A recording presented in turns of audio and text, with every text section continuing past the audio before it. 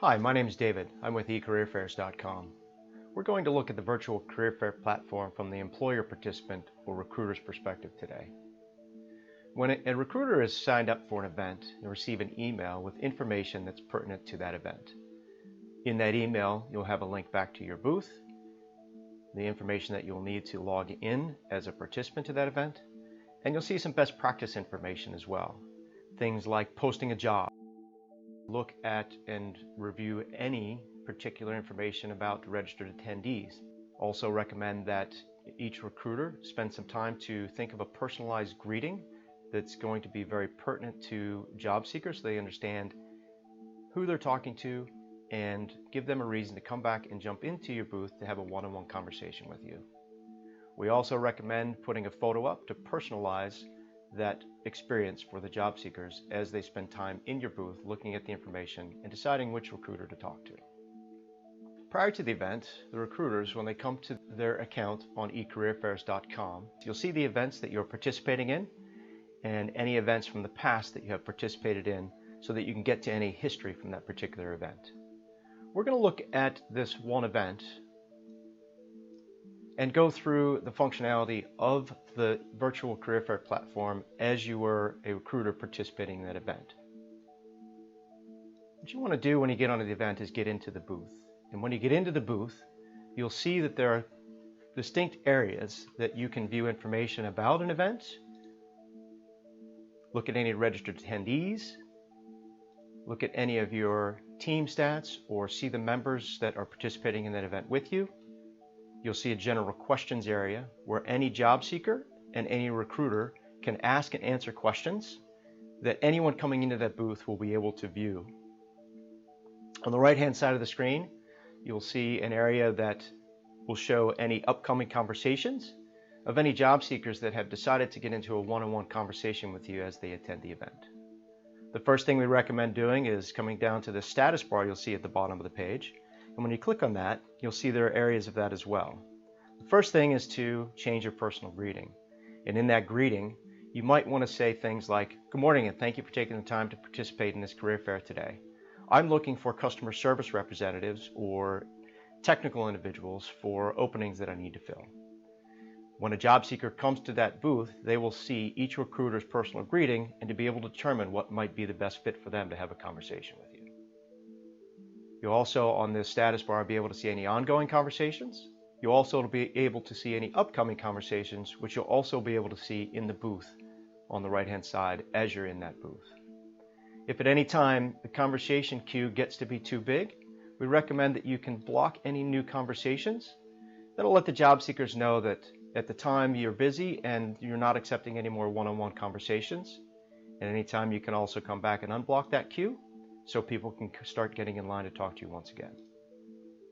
We recommend before the event coming to look at any of the registered attendees for this particular event.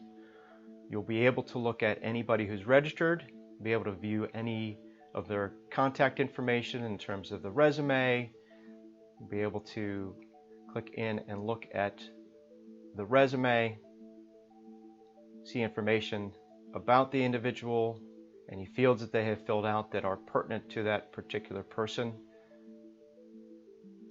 And what's also key is you'll be able to invite and save individuals that you might want to talk to at a later date. When you invite an individual to a conversation, prior to the event, they'll receive an email that says your organization is interested in having a conversation with them. They'll be able to accept that and automatically be put into your conversation queue. You can also refine the list of registered attendees, keyword, category, and if you're looking for a particular person you know is going to attend, you can look it up by last name as well. You'll also be able to come back during the event and after the event and look at individuals that you might have not invited, or look at previous invitations, or maybe pending invitations that job seekers haven't responded to yet.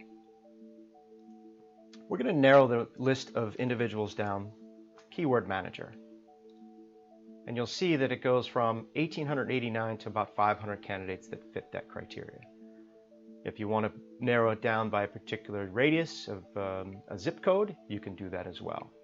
Once you've gone through the information and either invited and saved the individuals, you can always get back to the booth, By clicking on the status bar, you'll see the title of that event, and that's a way for you to always come back to your booth.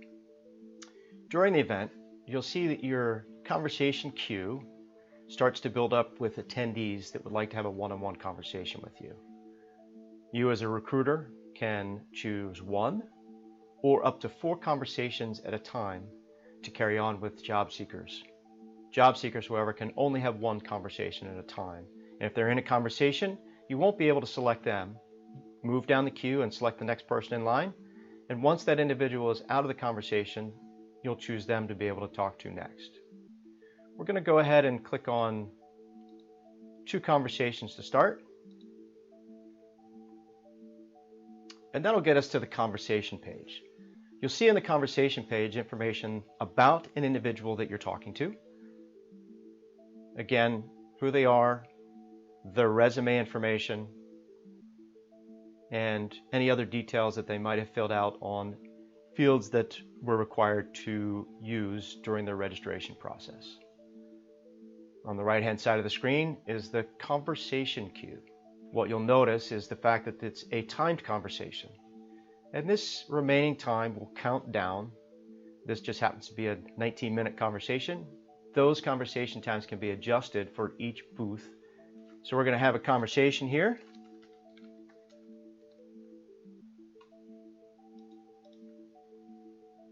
Start that conversation, and you can see at the top the other conversation. I'll start that as well.